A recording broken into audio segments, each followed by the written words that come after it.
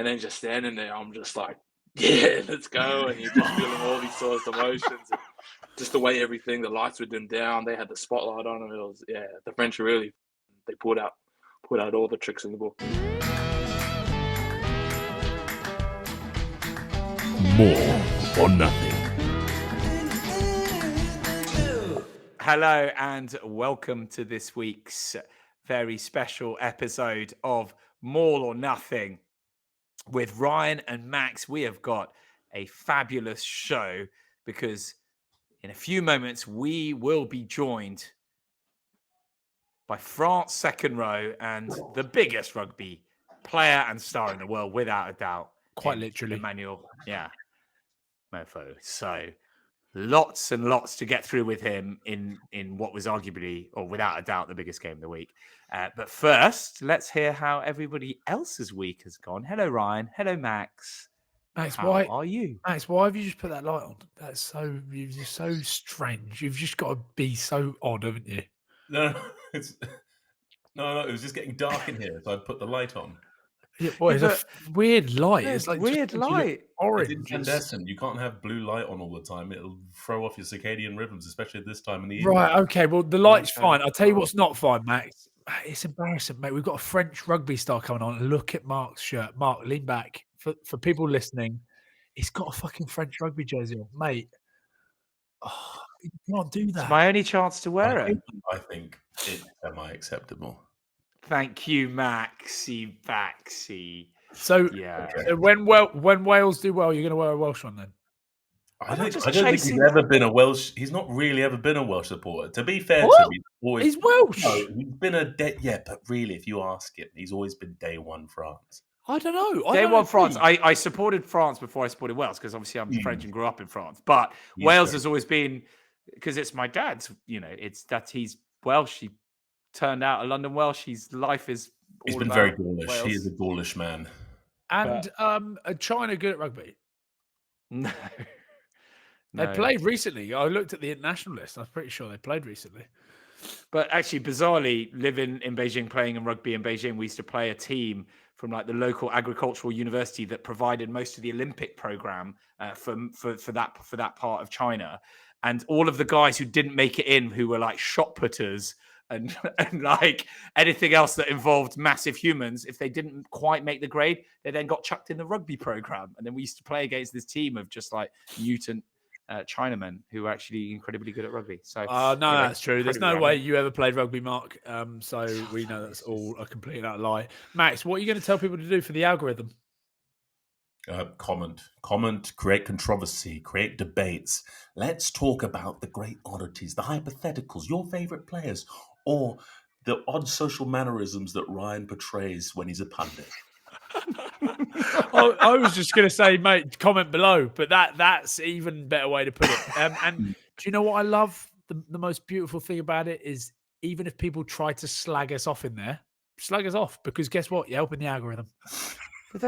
Don't incite a riot. I'm just saying we love our fans. Hey, how good? Okay, Ryan, can we say, Max, how smug was Ryan before we came on, being like, how good was me asking to get the comments? And we do thank our wonderful, wonderful, wonderful fans of the show who all got involved. Not me. It's really helped. Not you. Thank you, everyone. Boys, you can hear I'm sick. You got lurgy, have you? I got lurgy, mate. I've got lurgy. Do you know what? I think I put it down to not doing any sort of exercise.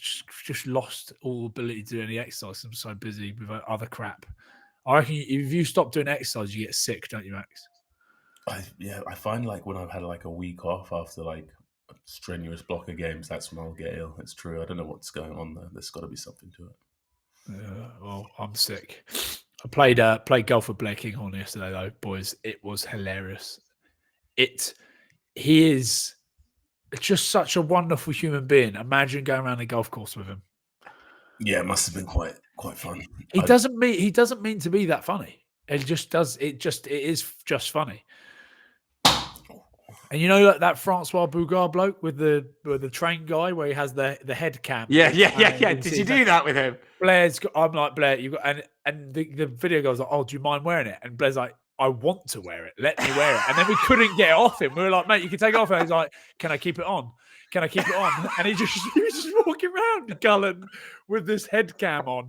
And then I'm like, what are you doing over there? We were watching it on the thing, and he's obviously going for a piss in the bush. And whilst he's got the head cam on, he's just any opportunity to get his willy on the camera. So desperate to get. Blair, we'll get it in if you want it on the show. What a legend! What a legend! What a legend! Mark, you say it all the time. It's fine. We'll get it in. Willy shot. We'll get it in. But yeah, so good week. I don't know what you've been up to, Max, but I've been playing golf, and I did the game at the weekend, Scotland versus Portugal. As we expected, Scotland obviously scoring a lot of tries. I think there's 9 tries in the end. But Portugal, they had some good stuff out there, so good on them. But I don't know, I felt like it was a bit weird. Just stick the Portugal game right at the beginning, then do Fiji, South Africa, and Australia. It's almost broken it up a bit. It's been a bit frustrating for me. Yeah, I kind of get that, but it's good to see Portugal playing with some of the big boys. I thought they actually gave a rather good account of themselves.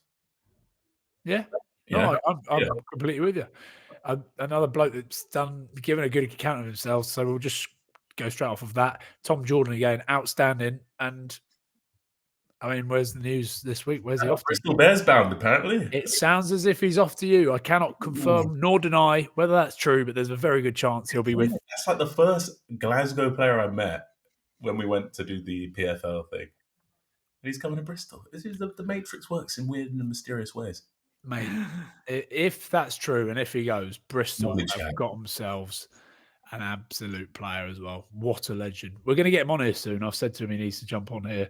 But he's been tearing up for Scotland. Like the way he's gone about playing for Scotland, he's taken to it pretty well. So, yeah, what about that? Big fucking TJ.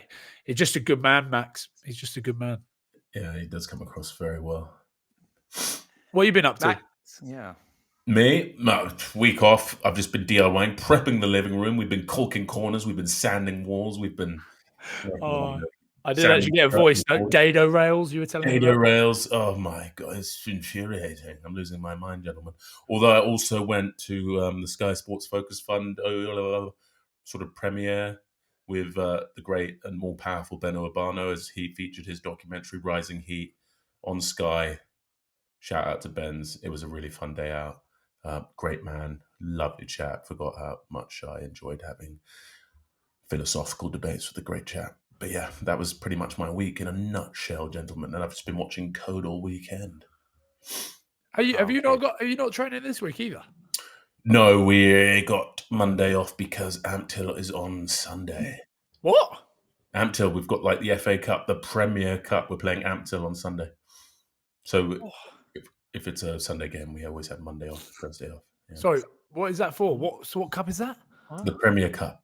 Premiership Cup? Yeah. The Premiership Cup? Why are they? What? Is that the one where Ealing beat Thingy last year? Exactly. That one? Yeah, beat Saracens, right? Yeah. Right. Great. Rugby for rugby's sake, Ryan. Eh? Yeah, so that's basically like, that's like Scotland played Chile. It's like the old LB Cup. Yeah, Scotland A played Chile this week as well. Like, it's as important as that. Right, well, in any case, boys, I think it's probably time to move on to some of the bigger games, as much as you've somehow got Scotland A versus Chile in before that. So we are delighted to be joined by the biggest rugby star in the world, there's no doubt, in France lock, Emmanuel Meafou. Mate, how are you? How are you doing? You've beaten the mighty All Blacks for a record-tying 3rd time in a row. How did it feel? Easy. Oh, mate. My first time, let's just clear that. That's my first time ever being All Blacks, ever playing All Blacks. So I kind of look back at it after when we were watching the video, and I was like, we're fucking, the way we celebrated was like we won the World Cup, but I was like, fucking could have shown a bit of modesty, but it's never easy being the All Blacks. But now we were proud, and there's a lot of sore bodies today, but fuck, it was a hell of a game, and they're a hell of a team. But for us to win that game and just to win is awesome. By 1 point or by 20 was good enough.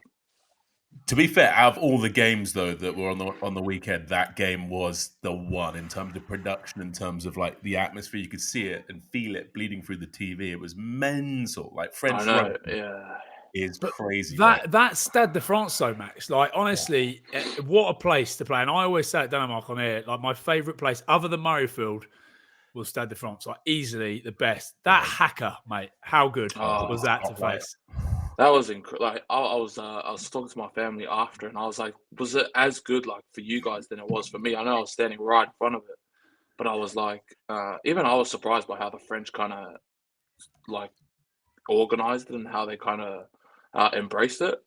But it was insane. Like, and throughout the week, because I'm New Zealand born, so I was born in Auckland. Um, I didn't think I'd feel, because I moved to Australia when I was 2, and so I don't have that much of a deep connection with New Zealand. You still have a few family there, but I didn't think I'd feel that, like, you know, I don't know, like feel anything from it. And then just standing there, I'm just like, yeah, let's go. And you're just feeling all these sorts of emotions. And just the way everything, the lights were dimmed down, they had the spotlight on them. It was, yeah, the French really fucking, they put out all the tricks in the book. I know you're proud, obviously proud to play for France, and like you said, you grew up in Australia. But was part of you thinking, "Fuck, I'd wish to be on the other side, just giving it up"? I spoke to a couple of family members, and they're like, "Whatever you do, don't fucking poke your tongue back at them." So I was like, "Yeah, the whole time, keep my tongue on my mouth." Oh, mate, honestly, but you're right. Like, I mean, even on the TV, genuinely, it used like it hairs stand off the back of your neck, like that sort of feeling. Even just watching on the TV, watching it back the next day, like I watched it back with my boy, and it was just like it is. And you're right, like the French, a nod to it, and they respected it as well, didn't they? In the stadium, you could tell they respected the Haka. Yeah. My family members were saying, everyone around them was saying, shh, shh, shh, telling everyone to shush. So it was pretty cool. It was awesome for us. Oh. The rivalry's so real right now. It's awesome. Yeah. Yeah, but France with the upper hand. But let's talk about the game a little bit, Manny. So obviously it was end to end. It was like draining watching it. I found it was turnovers galore. I think there were 27 in total. Obviously, ball and play a lot, physically tough. But from your perspective, how was it? Was it incredibly draining? Oh yeah, incredibly. I think it was a big surprise to me because I've played like a few, not a lot, but a few like big time games, just with Toulouse and nothing international like that. I only played 2 of the last 6 Nations last year, but that would have been one of like the most hardest games physically for me. Just in terms of, in my head, I was thinking New Zealand are obviously they're fast and they're fit, but I didn't think they'd be as physically in contact as hard as the top 14 and a lot of the European teams. But straight off the first tackle, AC joint just took a big bang, and then the whole game, their shoulders aching. Yeah, and then you're just fighting the whole time. So they had the perfect mix of like really hard to tackle and to put down, and then also by the time I'm getting my head up from the ruck, they're already set for their next shape. So I think you had about 2 or 3 carries in the opening, like 2 or 3 minutes, didn't you? Where like you could see like international rugby. Just here we go. Mate, for me, it's either the first 2 minutes, and it's never the last 2 minutes, mate. Mate, say that. Well, but when you made the break, were you like, shit, what do I do now? Oh man, I don't know how that ball got into my hands, but when you have that bit of space, you just go fucking Forrest Gump. Run, Forrest, run! That's Mr. Gilmore's jacket. I've said that on comms before when Big JP Dupree made a break, and he's like the tallest player in world rugby, and I actually said that's Mr. Gilmore's jacket. Come on, same leg. But it was a different type of win for France. You would have obviously watched the previous 2 times that they beat the All Blacks, quite kind of convincing, I suppose, with the World Cup one and the one in the Autumn Series last year. This one, there was a bit more of an element of backs to the wall. Did it feel like that on the pitch, or did you guys feel like, okay, we've got less of the ball, but we're still kind of in control of our own destiny? I think it was. I think the boys were a lot calmer than what I had expected when when when Greg gave that offload to Roygaard and he kind of went under the post, we all kind of got in the circle, and it was pretty calm. They just said, "Look, it's 14-3. If we score one try, it's a one possession game. It's 14-10. So let's just get up, get into their half, and let's put some points on the board." So I think the whole time it kind of felt, I think watching it again, it felt like a lot more stressful. But when we were in the game, it didn't feel as like stressful, and didn't think we were so far behind. So I think that was kind of what kept us in the game. Was the boys really, I don't know what it felt like from the outside, but the boys really believed that we were capable of winning no matter how far the score kind of got.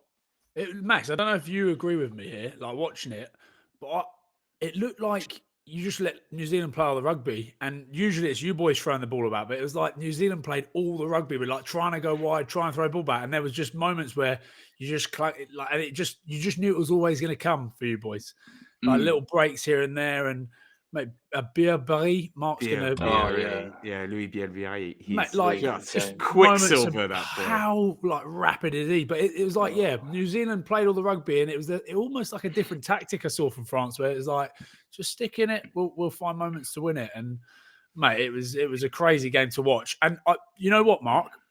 One thing I was adamant I got to do here today, because I'm usually one slagging the referees off. I thought the ref was outstanding. I can't actually.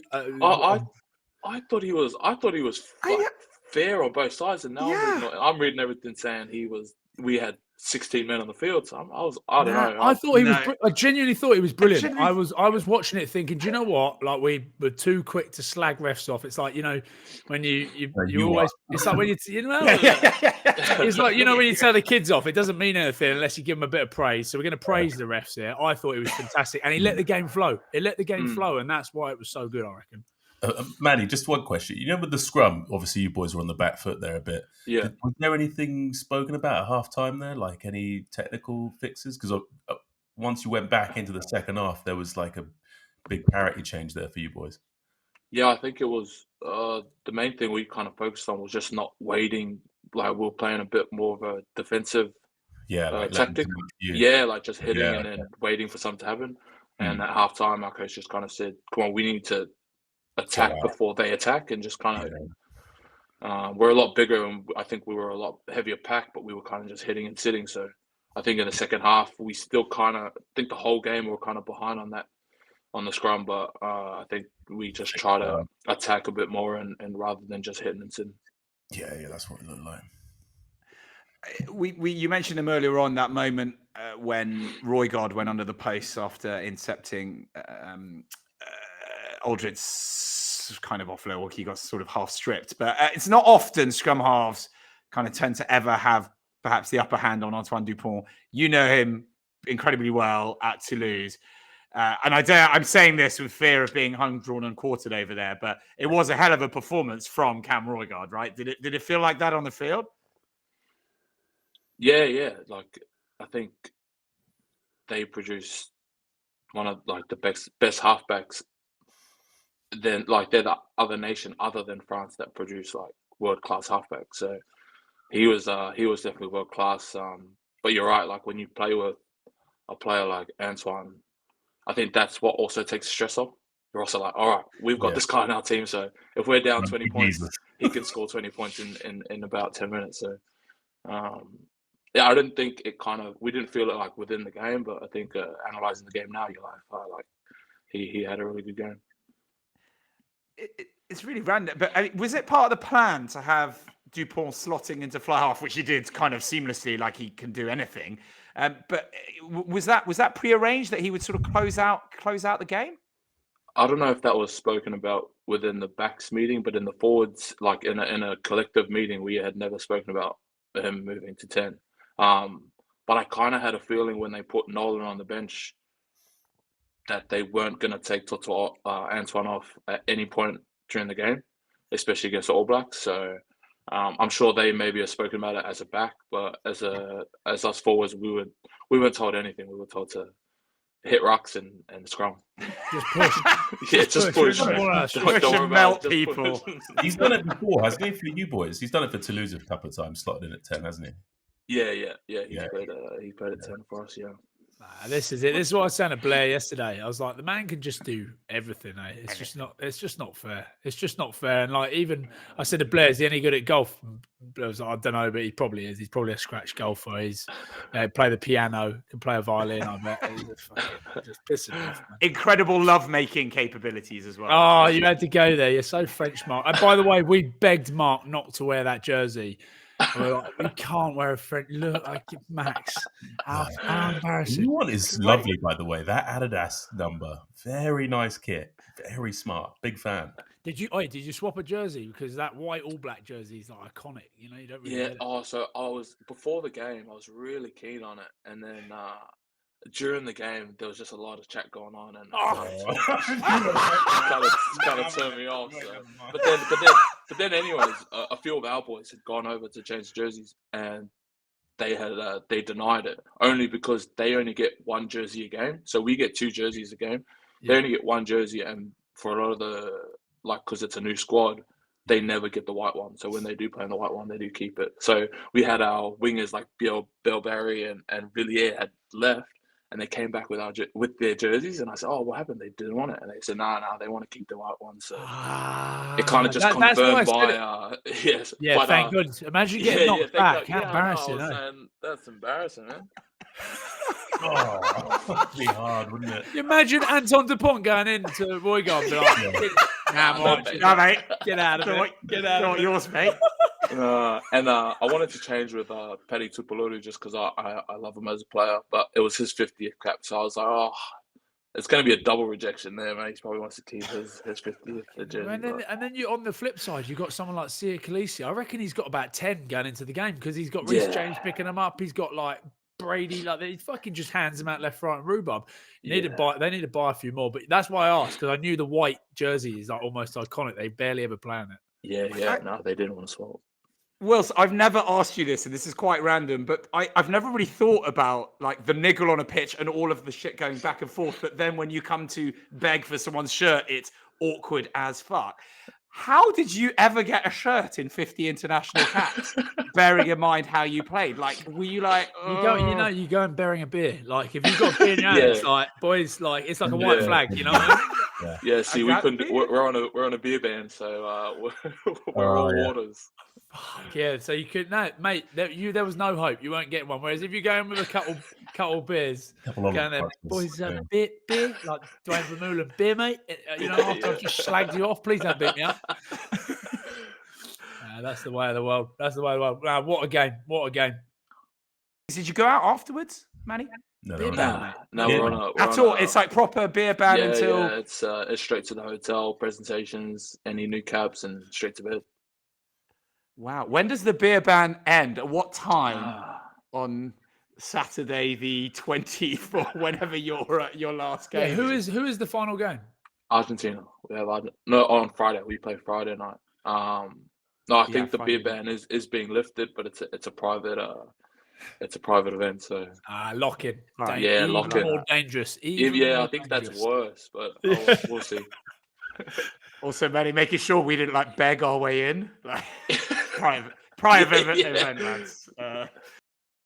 You technically could play for New Zealand, where you were born, right? Australia, where you grew up, Samoa, where your parents are from, and France, where you've obviously naturalised. You chose France. Talk about the pull of that French jersey for you. I thought you were going to ask if he could speak French. You'd be like, nah.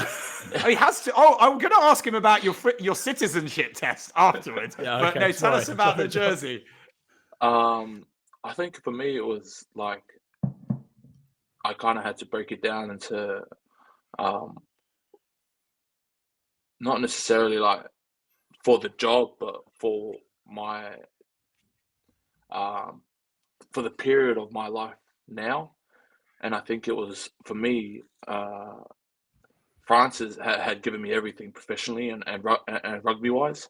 I think that for me it was like I was in Australia looking for something, looking for an academy contract, looking for a spot, and that didn't come in my whole 18 years of growing up in Australia. And France kind of gave that to me and gave me the opportunity to learn and to find myself and find my rugby. And find my feet in that. So giving back to France in that sector was important to me. So I give Australia all the credit in terms of my schooling and all that type of stuff, but in terms of rugby and giving back to the country that I feel that have given me the most, it was definitely easy to pick France. Whether that was missing out on the last World Cup, I was willing to just hang in there and get my citizenship and then put on this blue jersey, and I'm glad I did, because I don't look back at anything. Just quickly, what was the reason, do you think, behind that? Because I bumped into today at Glasgow Sammy Talakai, and he said that you were kicking about the Rebels at the time. What was the reasoning behind it with the Aussies? I don't know. For me, the feedback that I always got from every club, I kind of did like a little training session with the Waratahs as well, and we had reached out to every club in Oz. The feedback that I always got was I was too heavy. But then we always went back to them, was like, all right, well, can you help us? Like, because I'm a 17, 18-year-old kid, just eating KFC every weekend. So can we get me a program or a nutritionist or just someone just to help me out, or vouchers to a salad bar or something like that? The bucket will get you, mate. Cheap Tuesdays will get an 18-year-old Manny, mate. The gravy, the gravy isn't a drink, brother. I'm hydrating. Would you like a drink with that? A gravy, cup of gravy, please. But yeah, so you just didn't find the help there, right? Just didn't get any help, and so I pretty much quit. I stopped playing rugby for about 6 months until a friend of my father's just said, just come play rugby for fun, and then he knew someone who was an agent, and he said, look, your size is perfect for what the Frenchies are looking for. Do you want me to reach out and see if anyone's interested? And a couple clubs came interested, and I had no other option, so I said, yeah, why not? How good. And where did you go when you first went to France then? Did you go straight? I went straight to Toulouse. Knew nothing about it. To the top, mate. Hippie top. Yeah, it was insane. I got offered, like, these are academy contracts. I'm not going straight big bucks, but I got offered to Lyon and Clermont and Toulouse, not knowing anything about France. And the only reason I went to Toulouse was just because I had looked up on their, like, just who was there. And I saw Jerome Kaino, and that's one of my dad's favorite players. So my dad said, "Yep, you go on there." Yeah, that is so good. No, haven't looked at past championships or anything. Just seen Jerome Kaino, and I'll beeline towards him. And mate, that's it. Look at every club now. Like, right, who can we get that might get a bit of a pull on players? Because it's true. Like, you make decisions on stuff like that. That's awesome. Yeah, I love that. And it's incredible that, though, isn't it? That you've got that huge affinity for what France has given you, but in a way, you got a phone call at the 11th hour, right before the World Cup, from Eddie Jones, which you turned down very pleasantly for is what I've read. How did the conversation go? And in your mind, was it a bit like, guys, bit late? Like, I've literally tried every avenue, knocked every door, and you guys are coming in now when I'm sort of pathed up, ready to go. Yeah, genuinely, it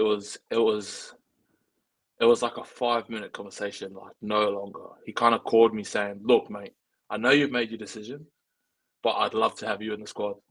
That's literally all he said. And I said, and I just kind of simply said, sorry, I'm gonna stick by my word, and I'm gonna wait it out whether I play the World Cup or not. And he said, that's fine by me, mate. You've got my number. If you change your mind, you can give me a call. And that was it. It wasn't nothing more to it.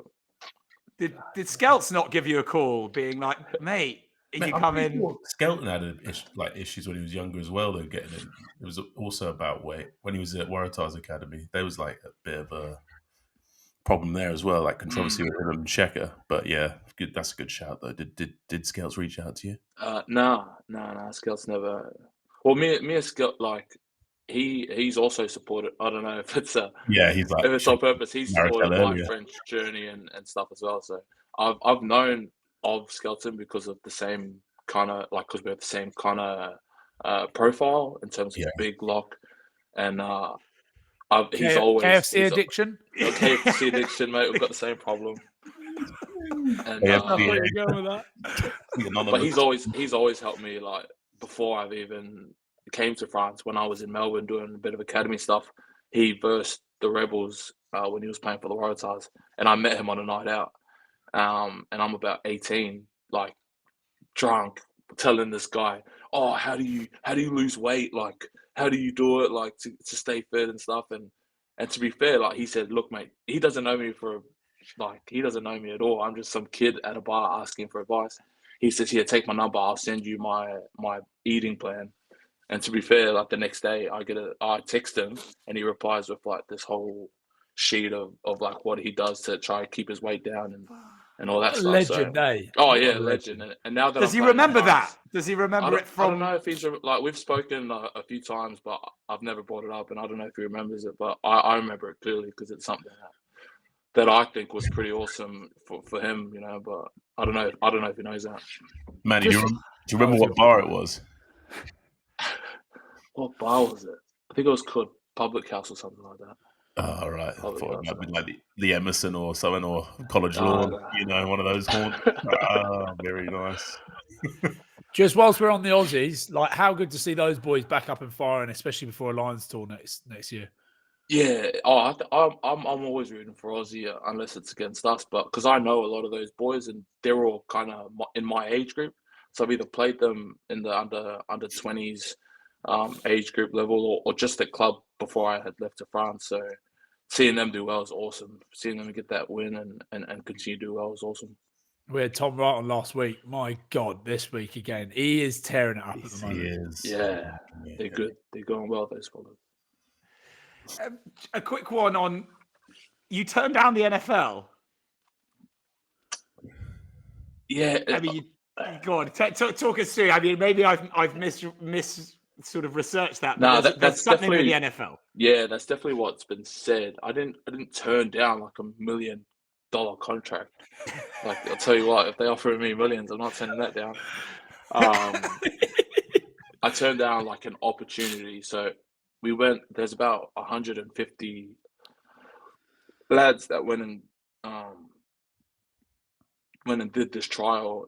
They had this international program, and they set these trials. It was like the 40-yard sprint, the L drill, cone drill, like strength, bench press, like all that stuff. And from that, they did it. So they did that all around the world. I don't know how many countries or whatever. And from those trials, they picked 5 dudes to go to.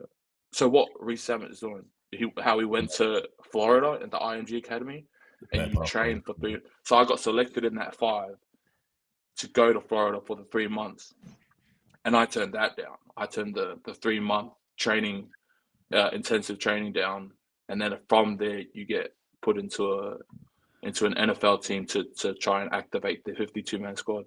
Where were you at the time? In Oz or in France? Back in Oz? I was in Oz. Yeah, I was just playing club rugby in Sydney and just got the call just based on my size to go do the trial and got picked from that. Yeah, but you didn't have anything on, as in you were at this stage in your career. That's a massive decision when you technically haven't got a rugby career at that point. Yeah. So the reason that when I got picked for, like, out of those 5 dudes to go to Florida, that's when my dad's friend, which was an agent, said, because before he did mention France to me, and I'm a big family guy, so I'm like, nah, I'm not really ready to leave home yet. Like, go so far. I was living in Sydney and Melbourne, but that was easier to fly home. It's about an hour flight, so I wasn't ready to leave Australia yet, and I kept turning him down and saying, like, that's not really something I enjoy. And then when that NFL thing came, I kind of prepared myself mentally to leave Australia, go to Florida. And so he said, look, you're ready to do this. How about if I look in France? And it all kind of came at the same time, and it was about me to choose whether I wanted to continue to do rugby or go do this thing. And I think it was easy for me because I still love rugby. The only reason I didn't pursue it was because I had no option. So didn't, like, putting that NFL thing to the side and coming to do the rugby here in France was was an easier option. Manny, I know. Boys, I just want to be aware that because you haven't got any meetings or anything, you got pissed off to. Have you? No, a couple more meetings. Yeah. Because just Max, I know you got a question. Just one more thing. What happened to the Will Skelton sort of menu when you got to France? Because I can't imagine the old patisseries and the old croissants. Bigger is better, baby. Bigger is better, but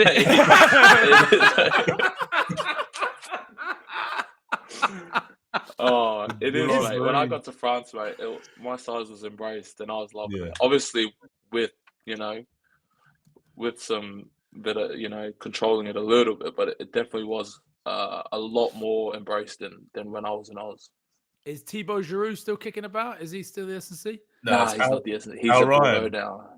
Huh? Alan Ryan's the Toulouse one, but Thibaut Giroud, he's not the French. He's not the French one anymore.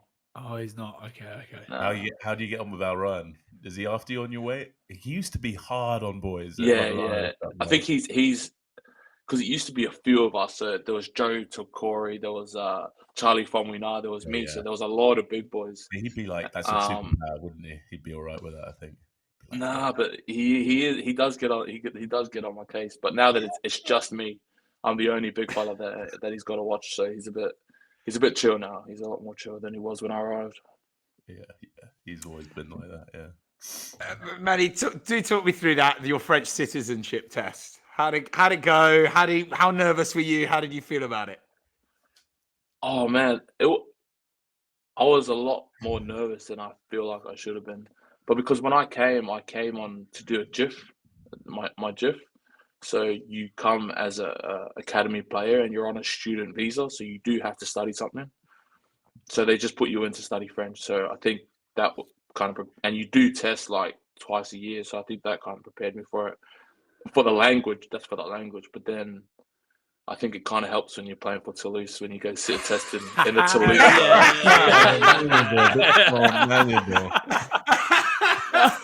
Here's the jersey, mate. Thanks for the meeting.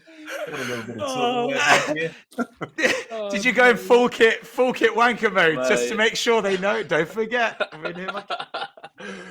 Nah, I didn't go that far, but they definitely treat you a bit differently when you're playing for Toulouse. We had an amazing day watching you at the Champions Cup final against Leinster last season. Obviously, incredible season for you with Toulouse. Which final was sweeter, the top 14 where you hammered Bordeaux or Champions Cup against Leinster? I didn't play the Bordeaux one, but I think definitely the Champions Cup. I think even if I did play the top 14. Anthony's orange. The boys are outside. But yeah, I think definitely the Champions Cup. I think it was a harder game, obviously, and also like against a class team that we've struggled with consistently. So to get that win over them was just it was insane. Oh mate, how good! And what was the celebrations after? We've had Smog on here, Blair Kinghorn. Yeah. I think those two are the MVPs for Blair and Jack. They were. I don't think the French have ever seen anything like it. They were kind of surprised, but also impressed, and it was funny. These lash monsters, bring it. Wow. Just sending it. Are they? What's it been like though? Having those guys sort of coming in, I guess midway through. Certainly with Blair coming in midway through last season and Jack coming in, both of them having what was actually a very big impact in the season. I think it's been awesome. We've only ever had, like, to my knowledge, like the foreigners that do come to Toulouse. So a lot of it's either an All Black or a South African or that. So to have like those guys and their banter, I think it's like. But I think, like I said, like it's shocked the Frenchies a little bit. Like these guys are like crazy, but then also you're like they've appreciated it, and I feel like it changes their point of view, but that's as people, as players, they're unbelievable, But Like, Blair is weird in the sense of anywhere though. Like it's not like he's just an odd man. He's just an odd man. yeah. I think I try to tell the Frenchies that's not all Scottish people. That's just Blair. Blair. That's just Blair. Oh, yeah. Real small. No, but it's funny. It's funny, those boys. How has it been though? Now feeling like you're fully part of the French squad. Yeah, it feels awesome.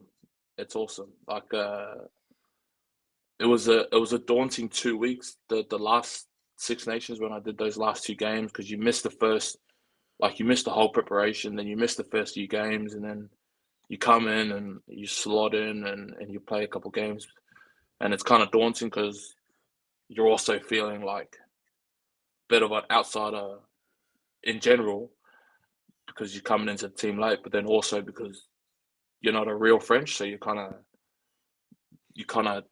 Double whammy, yeah. Yeah, you don't know how they're going to receive you and all these things, but it went well at the last Six Nations, but then coming in this week and doing the whole prep and going through the games, and then I feel like you get closer, no matter what race or nationality or whatever, you get closer the more you struggle. So struggling these throughout the preparation and then fighting throughout these last two games, it has been awesome, and it's really brought the group together, which has been awesome, and try to close it out this weekend.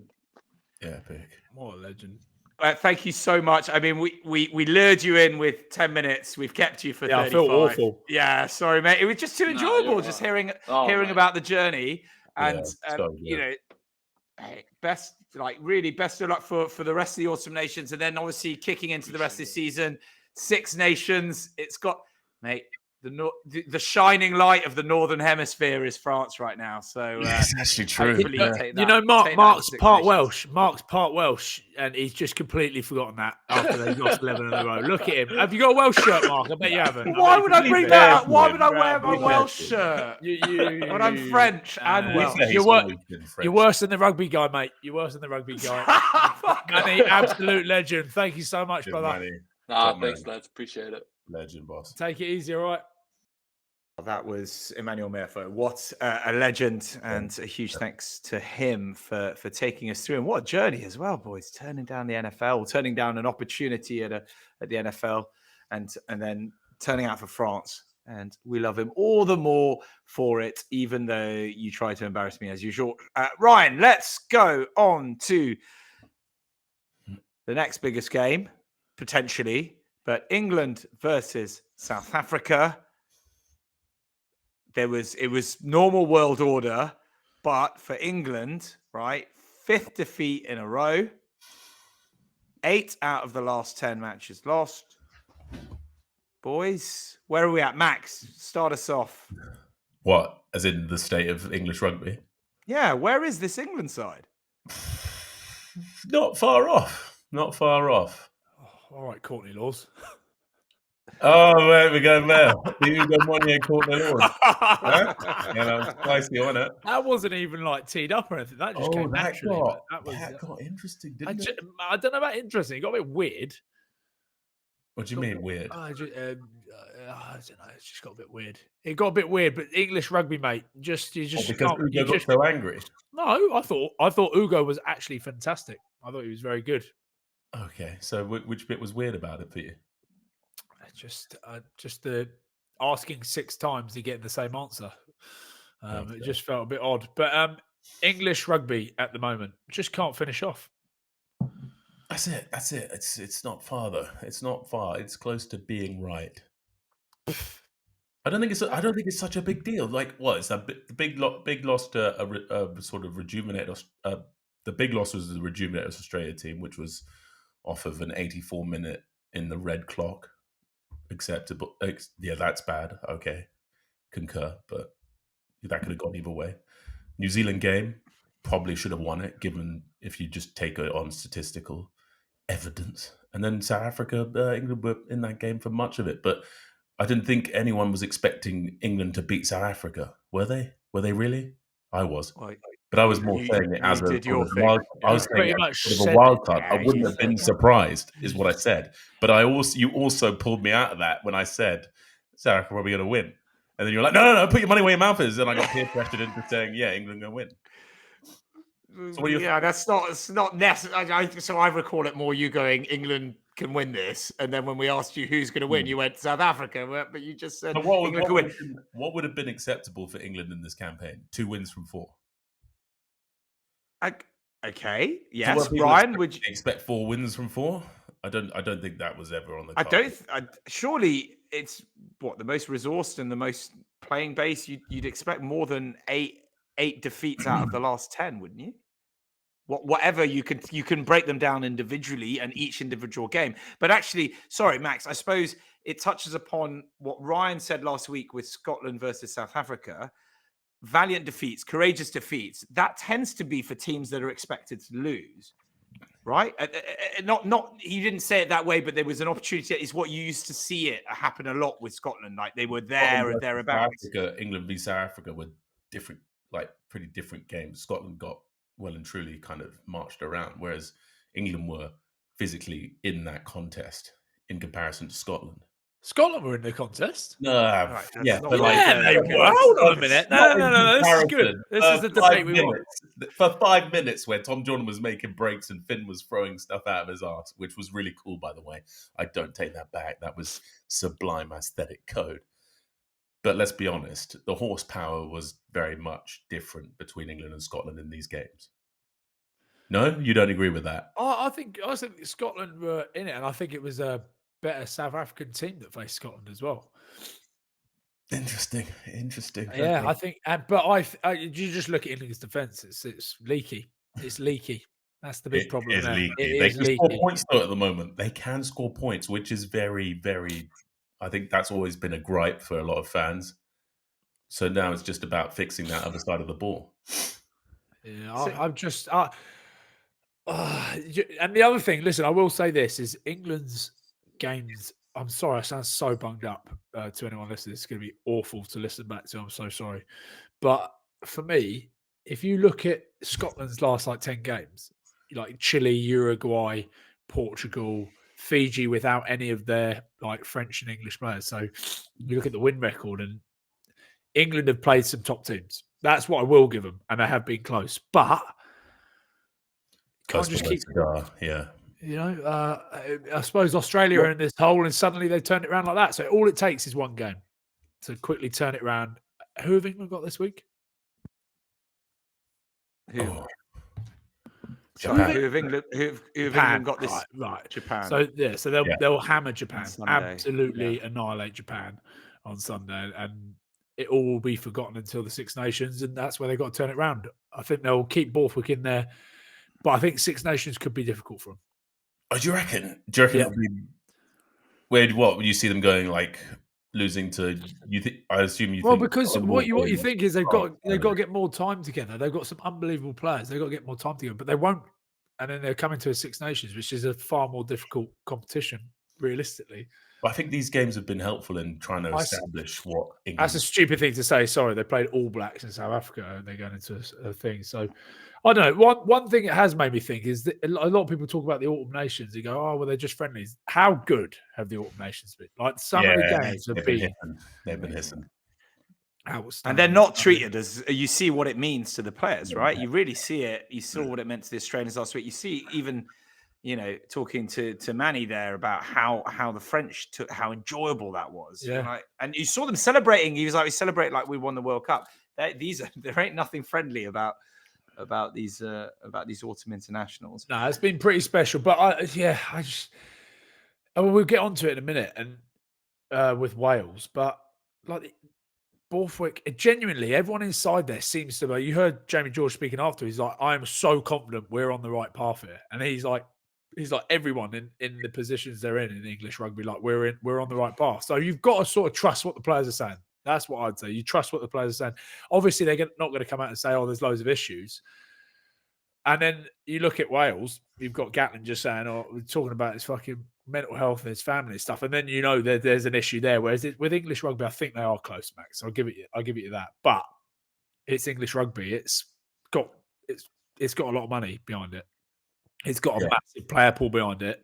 They need to get their act together quickly. Yeah, So- agreed with that. Don't you get used to losing, boys? I think the caveat here would be that it's against mostly like New Zealand and South Africa at this point. That would be it. I think the major thing is where England are going to have to hang their hat is on as a sort of identity right now, because like that's what I suppose this Ultimate Nations series is for them. You know what I mean? You don't really know what England are just yet. There's sort of the cerebral genius and X factor of Marcus Smith. There's a pack that's in and out of games, but athletically are very impressive. I think 1 to 8, they can all carry the ball very well. I think they just need a little bit more variation in attack, and that defense needs to tighten up somewhat. Ryan, how did you see? Cause I had a feeling that the Springboks didn't need to get out of third gear. I don't know. Yeah, it didn't look like they had to do a huge amount to win, is what it sort of felt.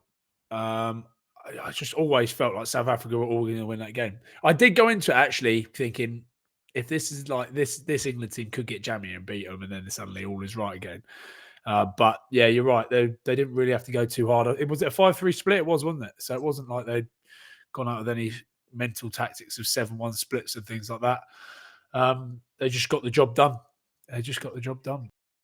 Andre job done. Pollard came on. That's what I sort of changed, didn't it? Really, he kind of rectified the ship a little bit. But like, I just think there needs to be a little bit more. In that sort of waltz shape, the 3-2-1-1. That pod of 3-4s. There's a lot of one-off runners of England. They're heading back on the sort of inside unders lines. They need to sort of affect change in the D line more. Like make teams sort of make decisions more in the middle of the field and have some more two-sided attack variation. I think Marcus Smith employing Tommy Freeman, Slight Home and Steward's skills aerially, trying to take advantage of Cheslin Colby and Curtly Arenze's height was interesting. I don't know if they fully exploited that. Maybe it was a tactic they could have hung on to more, but ultimately Cheslin and Curtly obviously brilliant players, so they had their moments in the match. But yeah, that's sort of where that game was at really. It was both teams had moments, physically. Like you saw Ollie Lawrence throwing Ebenezer off. You saw Peter Steff doing his thing. A lot of good carries. Sam Underhill, test match animal.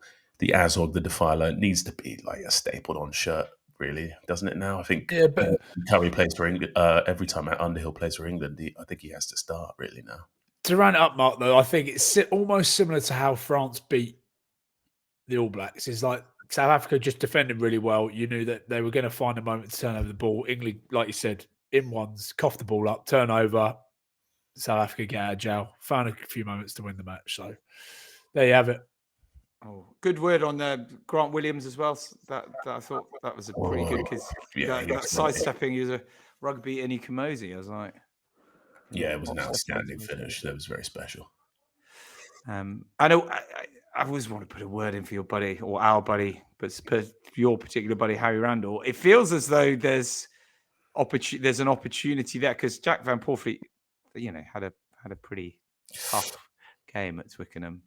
Yeah, but so far when we see Harry Randall come on, he's sort of made to go to a game that I feel doesn't always he can do it. He can box kick with the best of them, but his X factor, what makes him quite brilliant, is that sort of the sniping, and he hasn't had really an opportunity to showcase what makes him a world-class talent at 9. So until that kind of happens, it's kind of difficult. It's difficult to know where or what the 9's role is. And obviously with Marcus Smith playing at 10, it looks as if Marcus plays more what he sees, and it's working. It is working. He's one of the brightest sparks of this English team right now. It's without a doubt, he's that guy now. He owns the 10 shirt, and it's finally sort of worked. I think we can quite solidly say he's the man right now for the 10 in England. South Africa, though, they are who they are right now. RG Snyman, Ebenet Speth were quite brilliant. They were magnificent. In fact, RG Snyman treating world-class players like little infants at times. And then you've got the front row. I thought the scrum wasn't as pivotal as it could be, but Wilco Lowe, huge statistically actually in defence as well. Had some really good carries. Hadn't played for a while. Good to see him back out there. Hopefully Oxencha's, I think it's just a flesh wound on the knee, not actually a serious mechanical injury, but didn't get to see too much of him. But yeah, that's South African pack. Siaklisi with a very big shot on Benny Earl off the back of that line out. And Steph Dutoit being predatory off the back of Ebnet Sabeth charge down, mate. The way that bloke throws himself around for how large he is just so impressive. But and obviously the great, the all-powerful, the Midas touch on the edge, Cheslin Colby doing his thing. Man, we are so lucky to see that bloke play rugby. Like, biomechanically, one of the most gifted movers in the game. On top of that, his attitude, his rugby IQ, the skill set, he's just so brilliant. Quite wonderful to watch, yeah. Fabulous stuff. Right, let's move on to Australia versus Wales. Pretty harsh juxtaposition of how the Wallabies are rising and the Welsh Dragon is the exact opposite of that. Boys, statistically, and this really, really pains me to say it, it is the worst Wales team ever. So, which is, I remember them being like, I didn't know this was the worst one ever, but I remember coming up watching the Six Nations. They were wooden spoon a lot. Yeah. Do you remember? You imagine being involved in that team. Imagine being labelled the worst, and you like people on the outside won't believe this, but we know what it's like, Max. They'll be in there going, "We're the worst team ever," like chatting about it in the changing room. Like, yeah, but it's even more poignant when you're representing a country. Yeah. But what to say about Wales right now? I think. Man, how funny did you see? Bigger gets asked the question, then he throws it. He starts interviewing Sam Warburton, being like, "You are gonna have to figure this one out," because they're like, "Where are Wales right now?" Bigger's like, "Well, you know what, Sam? Where do you?" Well deflected, Daniel. Well deflected. And they basically, I think Warburton kind of nailed it. It's just where this Welsh team's at right now. I think if you look across at that Aussie team, they kind of went through this growing phase. Remember, they kind of ditched that whole Wallaby team that you really associated with the green and gold jersey. All these kids came in. You had no idea who they were. And now it's all coming to fruit. Joe Smith coming in with his kind of technical brilliance and his coaching masterclass. But with Wales, it's sort of a similar place, you know? These young guys are coming in, trying to get to grips with international rugby. Obviously, the WRU's in a bit of a state right now financially. What has to change there to kind of galvanise this Welsh revival? I don't know. I don't know enough about it. I know they've got a huge stadium, right? You look at the empty seats in that stadium. You wouldn't have seen that in the past with Wales against Australia. Yeah, that's the start of it. What I don't agree with is people going in on Gatland saying, like, mate, he's not trying to lose. He's not trying to ruin this. He wants them to win. He's trying to find a way to make it work. And like people then weighing in, like Mike Phillips, etc., weighing in on what he's getting paid. So what he's getting, he's still trying to win for free, pal. Yeah, I mean, yeah, it's still a job. So I don't know. I do feel from a bit, and you feel for the players in there. The question is, like, it was an opportunity for the Aussies to go and show us, right, are you actually where we think you are at the moment with the Aussies? Like, are they on the way up and have they suddenly found some form? They put Wales to bed there. They did it. They had a statement to prove. They proved it that they are. I think the Aussies, the big tell is obviously over the next 2 weeks. They got Scotland and then Ireland. I think the Scotland game is going to be really good. I genuinely think this could, it could be a it could be the big one. Banger this game, and it's going to be two backwards and forwards. And then, boys, let's say they do beat Scotland. After watching that Ireland-Argentina game, I think they could go over there and do the job on Ireland as well as the Aussies. So it's so sorry, in a roundabout way, what I was trying to find out is, are Australia really starting to hit their straps? I think yes. But equally, Wales massively struggling, and are in a fucking huge hole at the moment. And there's some good players in there. It's just getting the best out of them. Yeah, but what do you think, Ryan? I think I felt like Max really hit the nail on the head with Australia. You're right. They've gone through, and these young players who people hadn't heard of are all coming now, and they needed that blooding. Guys, a year ago, right, Wales should have probably beaten Argentina to go to the semi-finals of the Rugby World Cup. Can I just give you their back line, right? Liam Williams, Lewis Rees-Zammit, Dan Biggar, George North, Gareth Davies, Josh Adams, and then Nick Tompkins. Then apart from Nick Tompkins, that is an entirely British and Irish Lions back line. It's mental pedigree, and you've just lost it in 1 year. So it's hard to it's impossible to fill those sort of voids within a year. It's just always going to be difficult, especially given Wales's player base as well. So it's to be expected, I think. I feel like Gatland's interview afterwards, though, it's like he's thrown in the towel. It feels like next game and he's off, he's out of there. And there's Steve Tandy, Scotland defence coach, 2-1 to take it over. But it could be, mate. It's not. Yeah, like this is a challenge for a young coach or a coach. Do you know what I mean? You got to look at Wales right now and be like, can I be that difference there? I think it's a great opportunity for someone like that. But is he going to be able to make it's not Warren Gatland's fault that this is what's happening. This team isn't. The moment they're not good enough, and it's not his fault. There's a 20-year kind of disaster. It's not his fault. The Welsh professional rugby. It's not his fault solely, but I think they need something fresh. I think they need a bit of freshness in there. Get someone else in after this autumn test, because otherwise you roll into that Six Nations unknown, not knowing where you're going, not knowing how they're going to perform. And if they do this in the Six Nations, things will just get worse. So. It was yeah.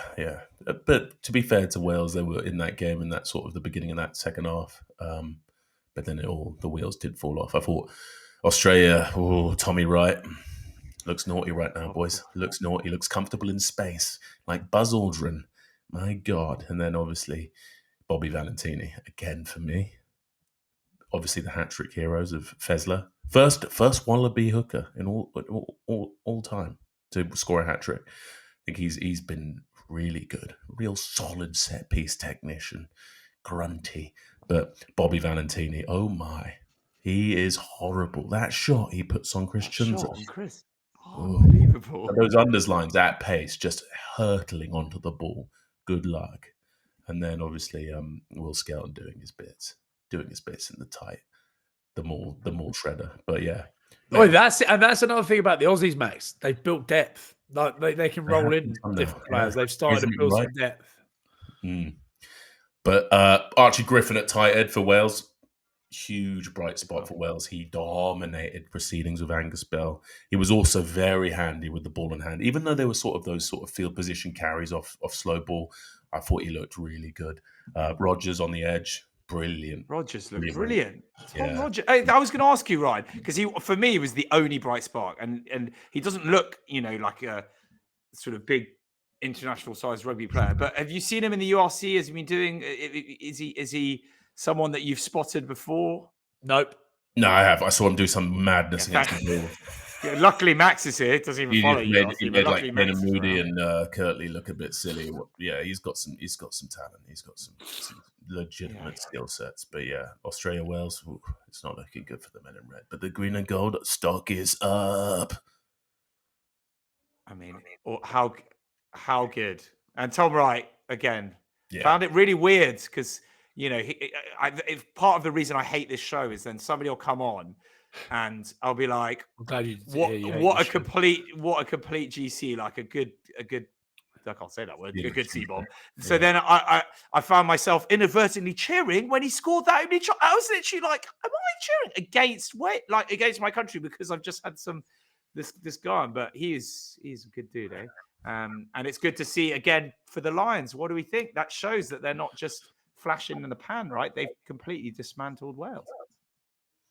It's looking good. It's looking good for the Lions tour, boys. Australia away. Woof. Hell of a spot to tourist.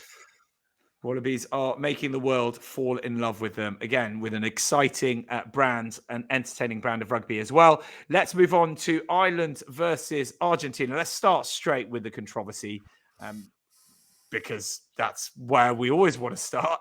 Invisible knock-on at the end. Maxi, denying Los Pumas the chance for at least a drop goal or perhaps scoring the winning points.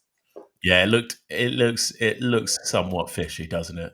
We don't get a replay on the angle. We can't see. And then when you look back at it, there isn't really a knock-on.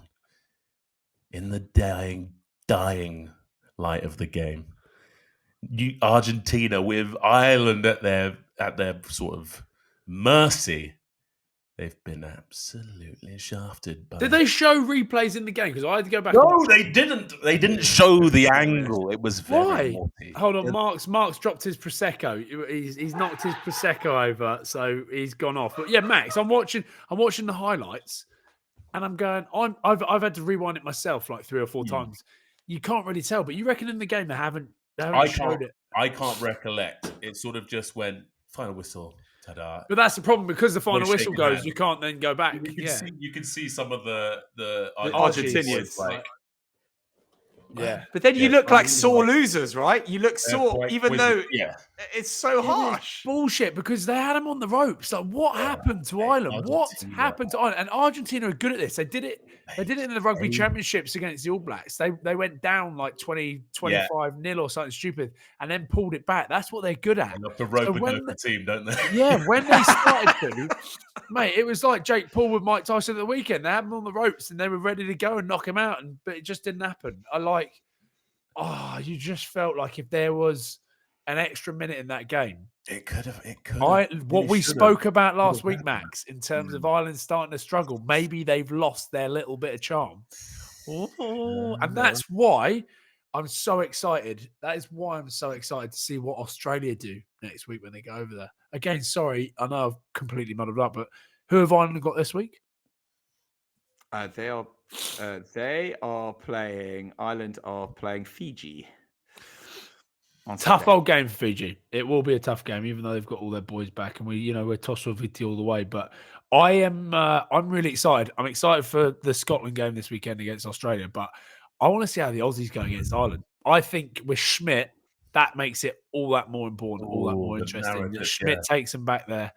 And he does them. He does the job on them. Yeah, the original cartographer of this great island team. No, we've written Ireland off now. We're like we're all in, aren't we? We're all in. Hang on, we can't berate England when they're losing like by fine margins. To then when Ireland win by a fine margin. Yeah, but they shouldn't have. They shouldn't have, should they, Max? Yeah, but Ireland were the premier team in the Northern Hemisphere.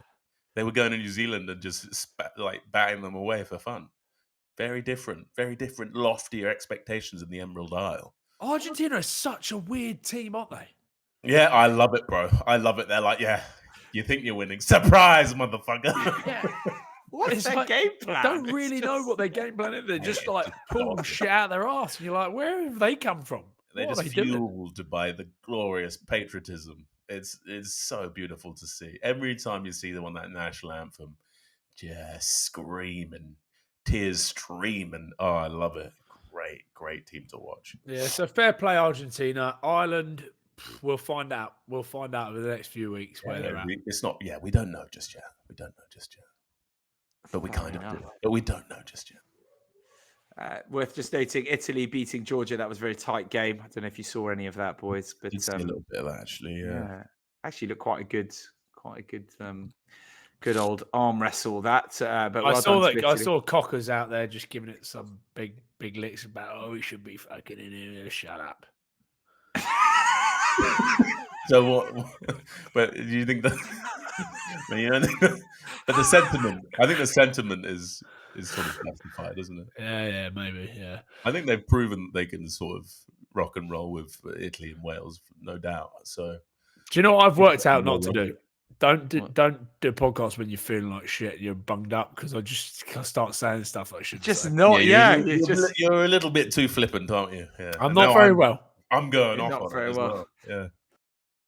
This week, we're doing things a little bit different. I set Max a little task, didn't I, Max? Because he thought I was doing it as well, but we've just left it to him, which is a really tough old task. But he, for Wolf Craig, Team of the Week, has put together his Autumn Nation Series Team of the Week. He hates it, but the pressure's on. Max, give us your 15 from this weekend. All right. I'm going to go with number 1, Tamati Williams. He showcased his skill set, all court, loose head prowess against the mighty French, even in defeat, but with a special mention to Jean-Baptiste Gros. Then onward to the hooker, Faisler of the Wallabies, a hat trick against the men of Wales. He's featured strongly for the Wallabies. He's looking quite brilliant at number 2 there.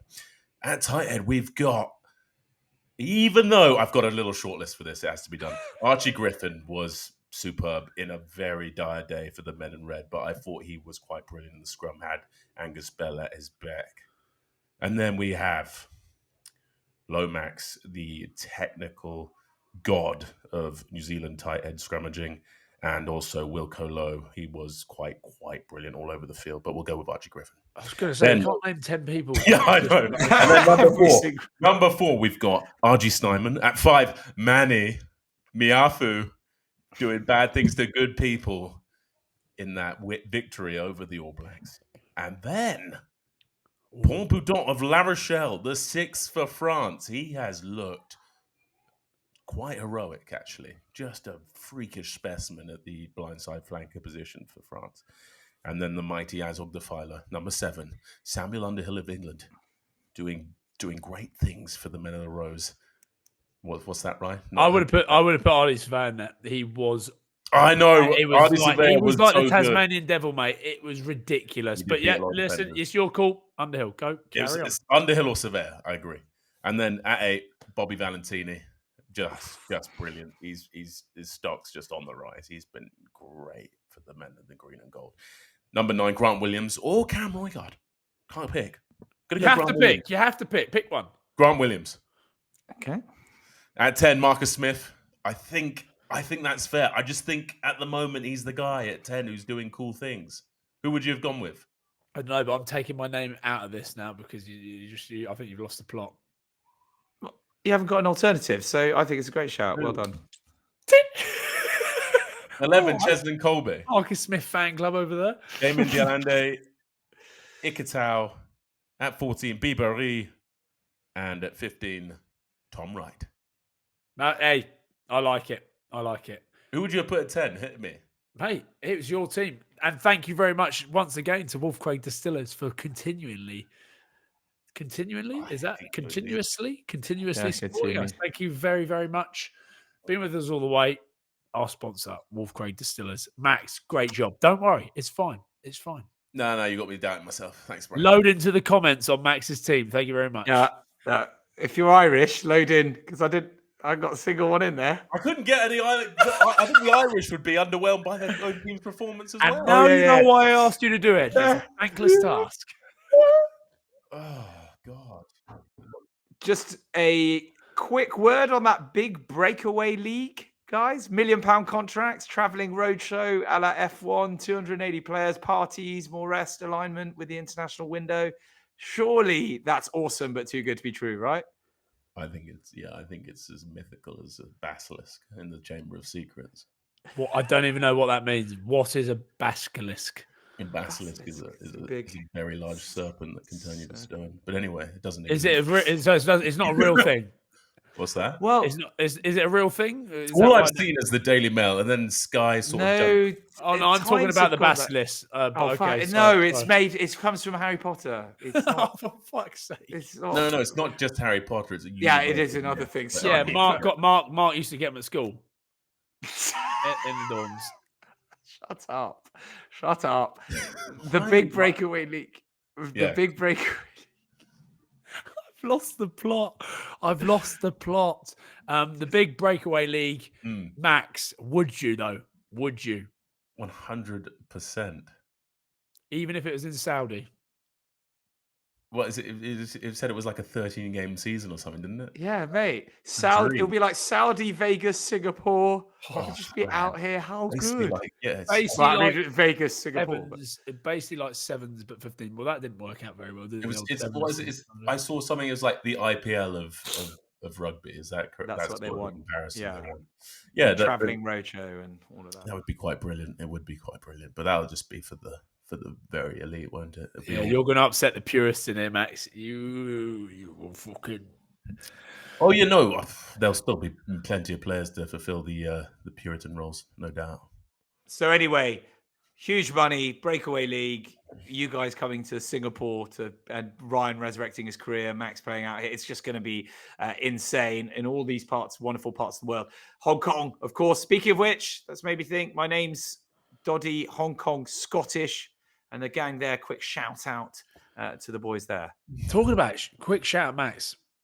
Hong Kong Sevens, we need to make it over there this year. We're gonna do something. We need to make it happen. You need to pretend you're injured, and we'll go. Yeah, okay. Oh, why have I just said that live on a podcast? Yeah, don't Pat's talk gonna about hear it that. here. That's fine. We'll just nearer the time get in. Yeah, Right. Shall we, for a laugh, because I love it, do some predictions quick?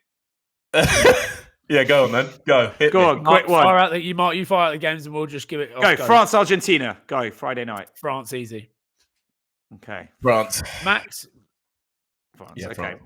Ireland, Fiji. Ireland. Wales, South Africa. Oh, God. Oh, God. South Africa.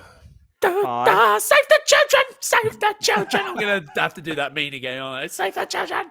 Yeah, South Africa by quite a lot. Or is it the game where the young boys... I'm just hopeful. Italy, New Zealand. New Zealand. All Blacks, easy. Scotland, Australia. I'm going Scotland. This is tight. I'm going Australia. I like that, Max. Yeah, it makes it interesting. Yeah, it does. Good on you, boys. And England, Japan. Eddie Jones returns. England. Oh, I'd love Japan to do it. But England. If England slip up there, there is a be hitting the screen so much that this could be just booze, just resonating, be in a bad place. But yeah, definitely England. All right, brilliant. Well, look, all the time we've got left for this week. A huge thank you to Ryan and to Max and to all of you for listening and watching. Huge thank you to Manny as well for coming on and giving us an insight into the French camp and that fabulous victory against the All Blacks. As always, hit us up, subscribe to our YouTube channel at More or Nothing, like, comment. You go back through this episode last week with Caleb Clark and Tom Wright, and it's just comments, and we respond to everything. We've got a fabulous social media team that will respond to absolutely everything. So do that. And if you want to send us an email with just your thoughts and ideas, or you want to get us to Hong Kong for whatever reason, hit us up at info@moreornothing.com. But we will see you all next week.